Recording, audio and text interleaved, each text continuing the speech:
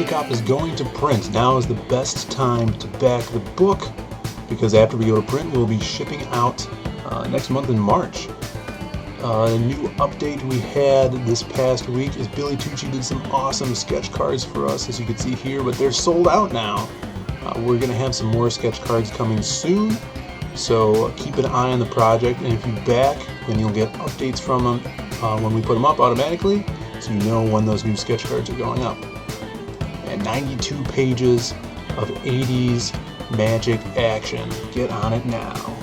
Hey, what's up everybody? It's Phil from Zade Comics. I am the writer and co-creator of Magic Cop, which is still on Indiegogo in demand right now, and I'm just one half of the two best looking brothers in all of comics. And today we're back doing a comic review. I know it's been a while. We have been working tirelessly on the production of Magic Cop. We finally got that sent to the printers, and we're going to get our proof copy soon. So I thought I would sit down with a new comic, give it a little review, and talk about it, and we'll see if you guys enjoy this one.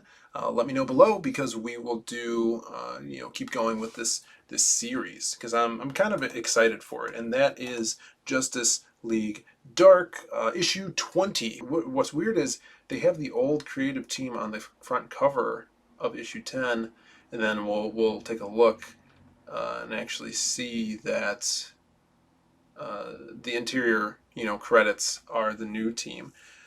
But look at this art, and right away, if you've read stuff like the Swamp Thing Halloween special, where they had like the Haunted Halloween Extravaganza comic, Kyle Hotz did a Swamp Thing story in it, and he did this weird fungus stuff in there as well, and we could see him rocking it out here. So as we see, the team is a new artist, Kyle Hotz, and this one kind of introduces Animal Man into Justice League Dark right now, with this infectious fungi taking over the city and exploding the spores into the air.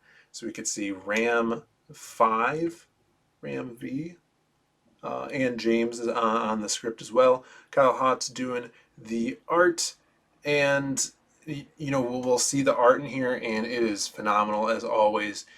He uses capes and smoke perfectly, as you can see all this smoke from the plume of the fungus.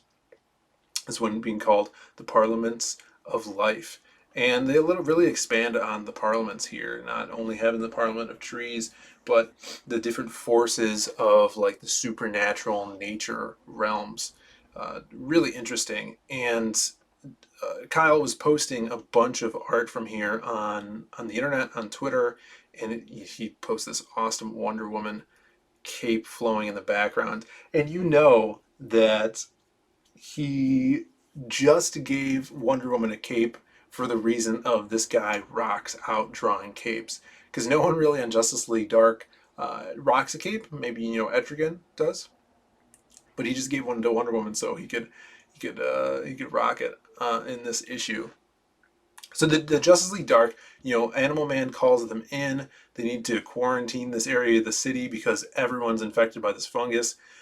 He talks about, Animal Man talks about how he's run in with this this plant infection before, but he's never seen it take to humans like this.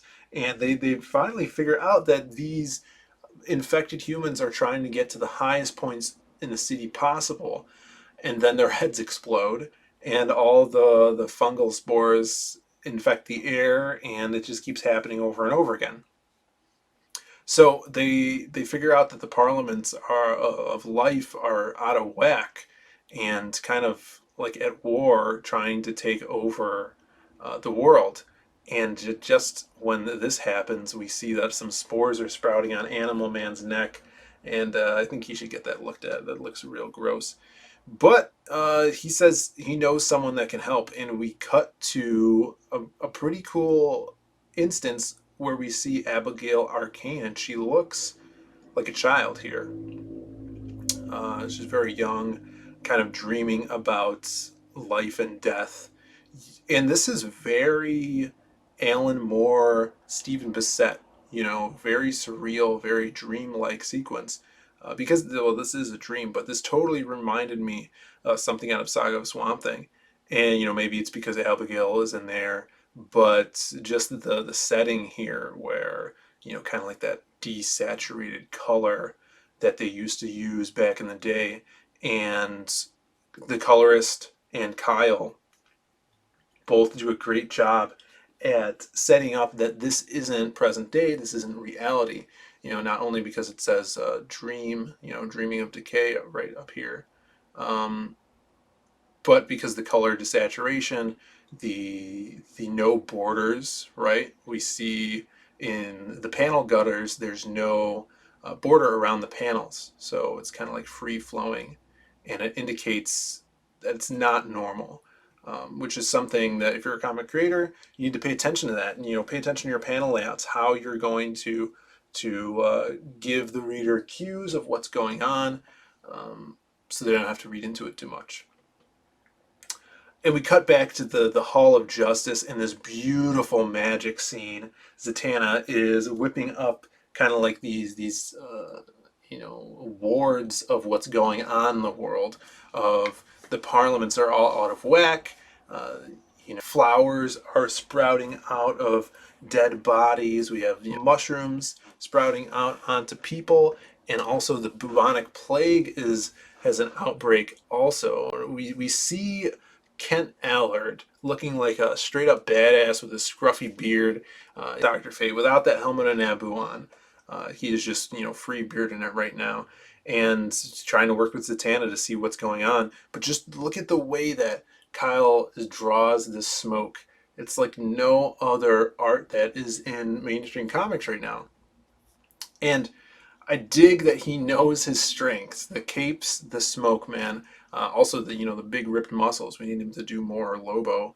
But he talks about the different parliaments: the red, the green, the gray, the divided, and the rot, and devises a plan where the team kind of has to split up, and they have to find a guardian of the parliament to perform this ritual. So the team splits up. John Constantine, wouldn't be a Justice League Dark comic without him. And yeah, they're going to try to reach out to a guardian. And this one is the emaciated Jason Woodrue. Look at this. He looks so cool. The Floronic Man. And I love this design for him. The eye flower petals making up, the eyes. His skeletal teeth. He looks so creepy and terrifying, but at the same time, he's got these beautiful colors and flowers growing out of him. What a great contrast of a character right here. Constantine tells Jason Woodrue that he really needs their help, and if he does this, he's going to set him free when everything's over. Then Jason Woodrue gets a little visit by a fly. This fly has traversed the magical circle, which no living things could walk through. And they kind of stress that here in the dialogue and the narration. So it kind of gives you that idea that this entity that the fly melts into is not a living thing. Perhaps it's a part of the rot, but the goop in it, the way that Kyle draws it is so cool. We've seen his work on the new Carnage book that everybody's been raving about. He does these beautiful Carnage-filled covers where just the liquid inking he does is so radical. We see this with this new character, and we never get to see who the character is, but this last shot saying that this entity is going to have its revenge, and Jason Woodrue is going to help help this person bring about the revenge. So a great cliffhanger here, a new character introduced. Maybe it's an old character coming back with a different look. It's like this tar liquidous mass, and very eerie. Great last panel. Again, the Jason Woodrue design is so cool. But yeah, I'm digging this. Just with the art alone, seeing Kyle draw this skeletal man of the Floronic Man. He's just using all of his skills in this book. We've seen the smoke, we've seen the cape, we've seen the liquid, and the great design of Jason Woodrue here, with all the plant life.